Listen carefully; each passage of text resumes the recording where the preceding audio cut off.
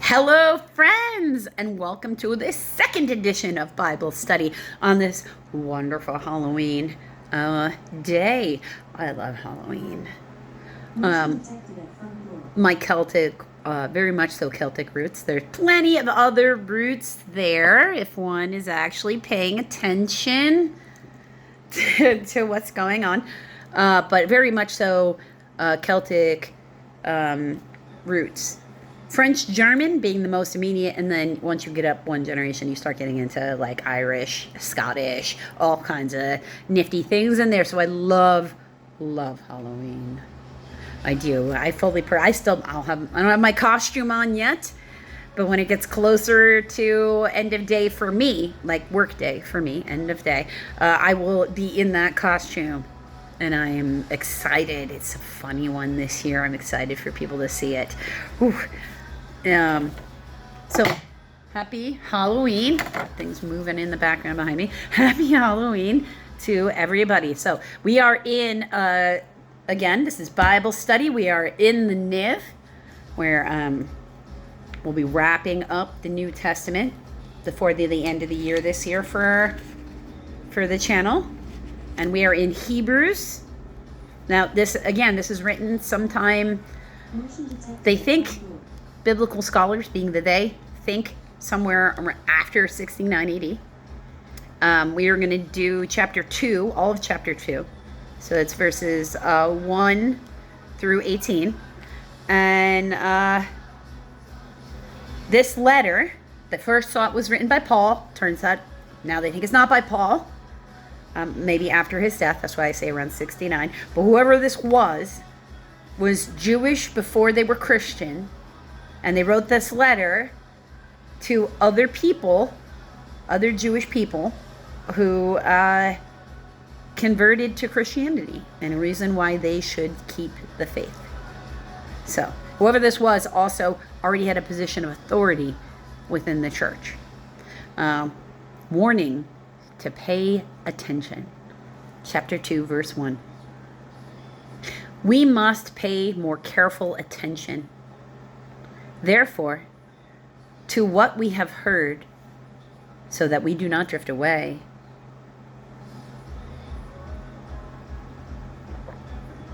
When they're trying to make you doubt your faith, lean in to the passages that gave you faith in the first place. They didn't have a Bible at that time like we have, so we have a blessing they didn't have. But they would have had Torah scrolls. And remember that in fulfillment of the scriptures for Jesus, is because the Bible didn't exist, it's from the Torah scrolls. So it's from the prophets and the Old Testament of our Bible. That's why you have to pay attention to the Old Testament, because they are what make Jesus the Messiah. God is what made Jesus the Messiah, but they are our proof in this earthly plane that Jesus is the Messiah, which is really, make sure I'm saying that properly. For if the message spoken by angels was binding, for every violation and disobedience received, it's just punishments. And every violation and disobedience received its just punishment. How shall we escape if we ignore such a great salvation? This salvation, which was first announced by the Lord, was confirmed by those who heard him. God also testified to it by signs, wonders, and various miracles, and the gifts of the Holy Spirit distributed according to his will. Now remember, this is a Jewish people, where there are prophets. Now, kill all the psychics! Okay, but in order to be a prophet, you have to have in our world, in this culture now that we live in, with all of our multicultural understandings, would call psychic abilities. You need to have those in their world to hear God, because they're hearing him, like as if the audible, do this, don't do that, go here, go there, full-on conversations in ways now that we would be like, oh, so you have mental health issues, right? So there's how does that work then, right? It's a fine line, right, between insanity and genius is the phrase that we like to use. And then you're saying, If God was willing to throw Lucifer out of heaven for disobedience when he was an angel, think about that. An angel. We do this thing in the context of our modern society where we make angels, no, they are perfect because they are angels and therefore they are above us. No, Lucifer, the angels, Lucifer was thrown out of heaven because he didn't want to serve Jesus while Jesus was in a human body. Okay. That also, of course, means that if angels don't have free will, how did Lucifer rebel? Right. And if he's willing to punish an angel for disobedience to Jesus, what is he going to do to us? And we should be happy that we have this other form of salvation, because what they have learned through the Mosaic laws is even if you follow them perfectly, it still doesn't get you into heaven, because your focus is on following the rules perfectly instead of running around with your immaculate heart, listening to God and being a nice person. Jesus made like his brothers. 5, verse 5. It is not to the angels that he subjected the world to come. He didn't give the power here to the angels, about which we are speaking. But there is a place where someone has testified. What is man that you are mindful of him? What does it mean to be a human? The Son of Man that you care for him. You made him a little, it's got an I, or him for a little while, lower than the angels. And you crowned him with glory and honor and put everything under his feet. J. Or for a little while. Or for a little while. And putting everything under him, God left nothing that is not subject to him. So when God put Jesus in charge of earth, everything on earth is now all under the control of Jesus. He's the boss. Yet at present, we do not see everything subject to him. But we see Jesus, who was made a little lower than the angels, now crowned and glorified, crowned with glory and honor, because he suffered death, so that by the grace of God he may taste death for everyone. God made him a little lower when he had him die. Because if even Jesus has to die in the flesh, what makes us think we're not going to die in the flesh?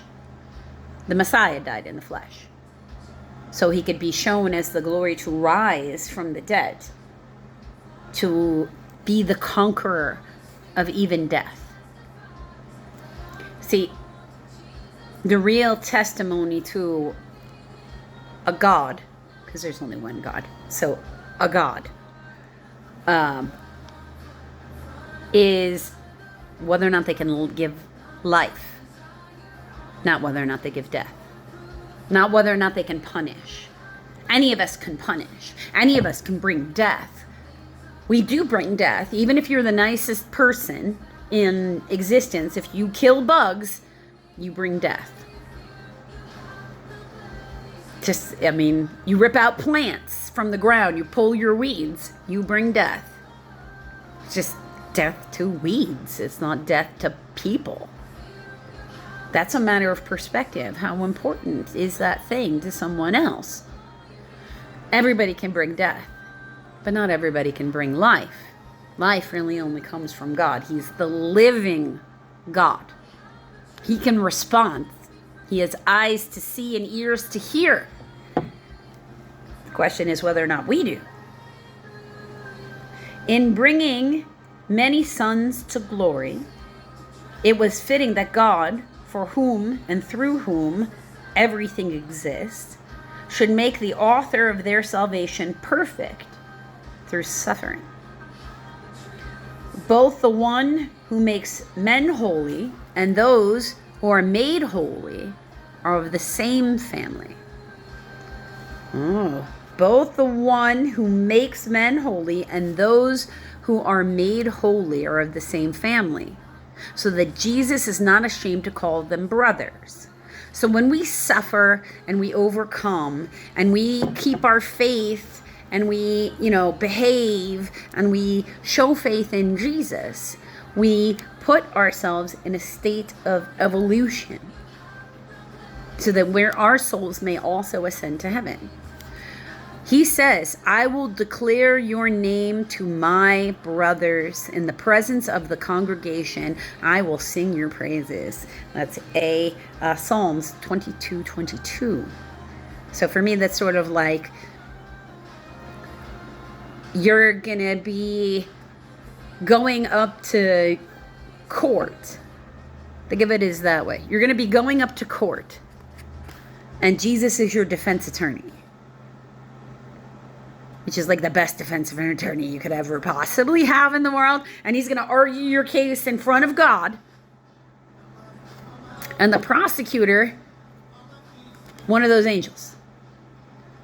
One of those angels, probably Mikey, but could be somebody else, who just doesn't want to hear your crap about why you couldn't be in perfect obedience to God in every moment in your life. Because maybe they were alive on another planet. Maybe they never were. I don't know for sure. I think they were alive on another planet. But I don't really have any proof of that. That's just what feels right to me. And it could be completely wrong. Maybe they had free will because Lucifer rebelled. So maybe some of them suffer from the delusion that they can be in perfect obedience to God. And it's their unhealed traumas that make them be the prosecutor. I don't know. Because we're often convicted in the court of this world by people who have unhealed traumas, either who are doing what you're doing and they feel guilty about it, so then they come after you for it, or because they were wounded in some way by somebody engaging in that behavior, so now they come for you for it, because that's really what it comes down to. However it plays out there, he's saying if you follow and you're a good person here and you have faith in him and you try to do the love each other thing and you're sorry for sure in your heart, like you're actually sorry when you don't, and you just believe him, he's your Messiah. I'm sorry, Lord, I couldn't be in the state of perfect obedience, but I'm going to keep trying. Can you please help me? Please help me be the best version of me. Then he'll argue the case for you in front of God. Because you're showing that you want to. You're showing that you're trying. Verse 13. And again, I will put my trust in him. B. Isaiah 8:17. And again he says, here I am. And the children God has given me. C. Isaiah 8:18. So you just have to be a follower of him. You don't have to be in a state of, I don't know if there is a state of perfect faith. I mean, Jesus had a state of perfect faith. But I mean, for the rest of us, I don't know what else that would look like. I don't have another human being to point at. Just that one, which is really what we're supposed to be doing anyway, is learning. Trying to emulate as best we can. And learning. Learning from our mistakes. Since children have flesh and blood, he too shared in their humanity, so that by his death he might destroy him who holds the power of death, that is, the devil. Because anybody can kill, and the devil likes to kill on mass levels. He likes to kill on all levels, because most people who are killers, as we think of them, I'm going to call them garden variety.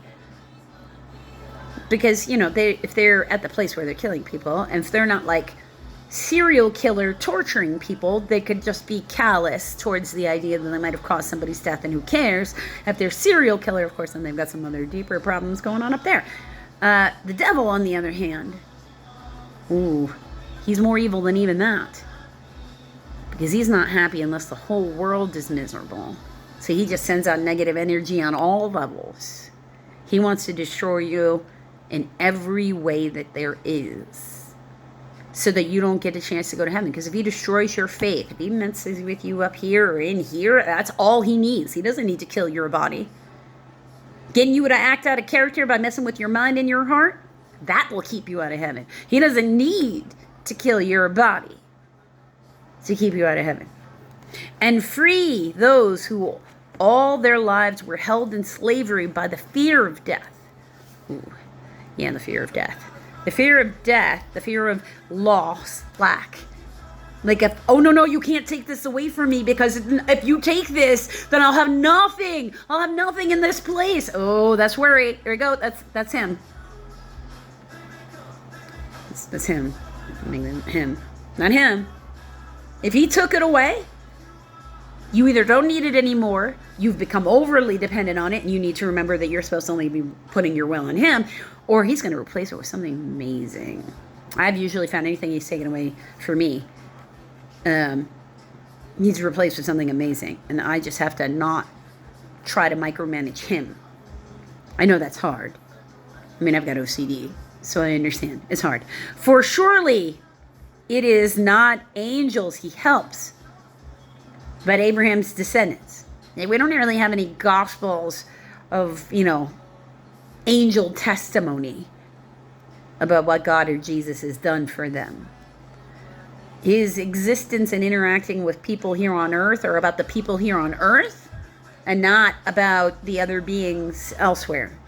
As a matter of fact, you have to remember, God has a relationship with every single person on earth, whether they are neglecting him or not. So, I mean, if they're neglecting him, he's not paying any attention to them. And then, well, whatever you're worshiping, let them take care of you, since you don't want to talk to me. See if I care, buddy.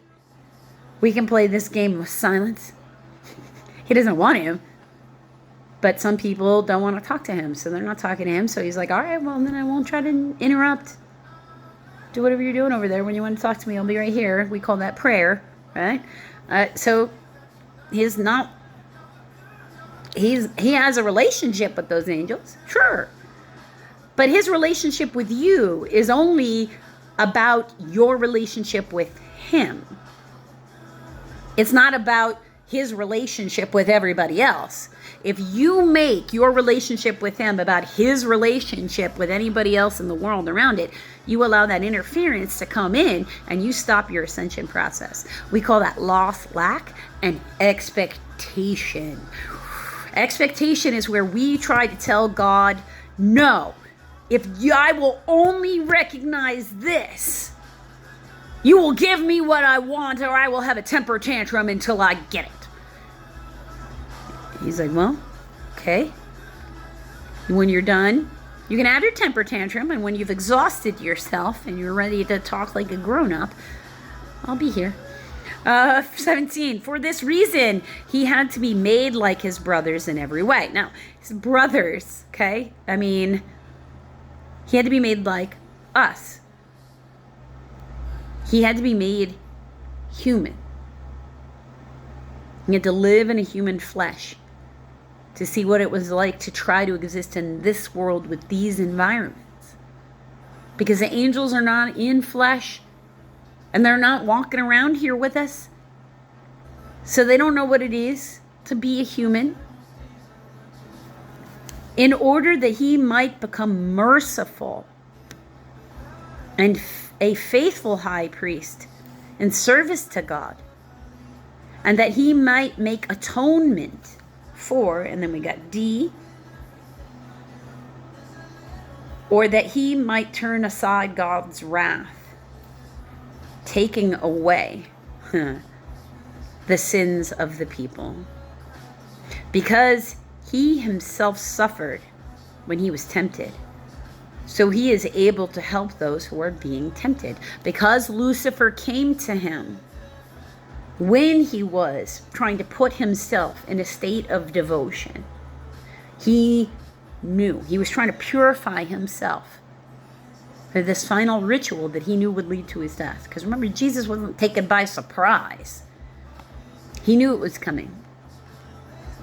He knew what he was doing and where it would lead when he started his ministry. And he said, I'm all in. For my belief system, this is really what he does. Because they say he's in heaven. He was in heaven before he was on earth.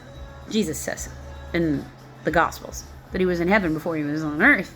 And he watched Lucifer fall here. Okay. But they knew who Jesus was. Okay.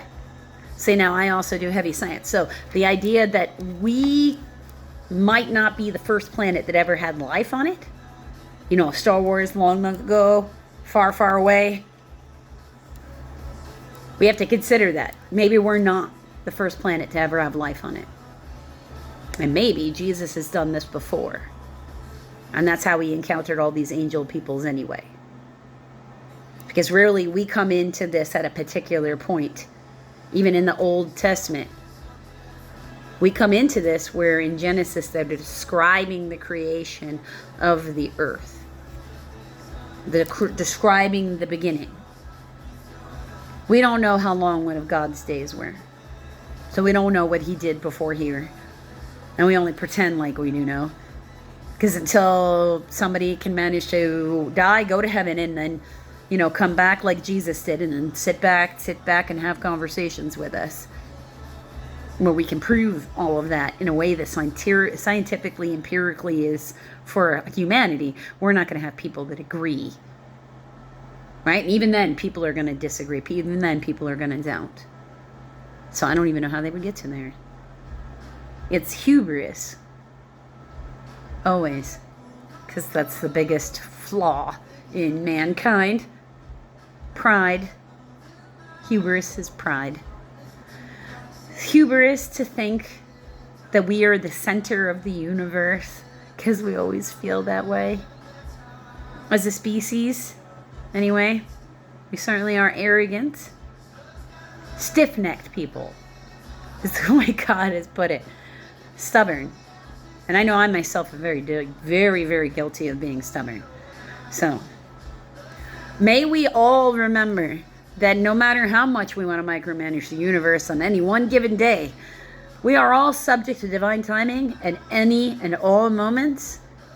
So, we should just be thankful that Jesus loves us enough that he is willing to argue our case in front of God, even if we don't necessarily feel like we deserve it.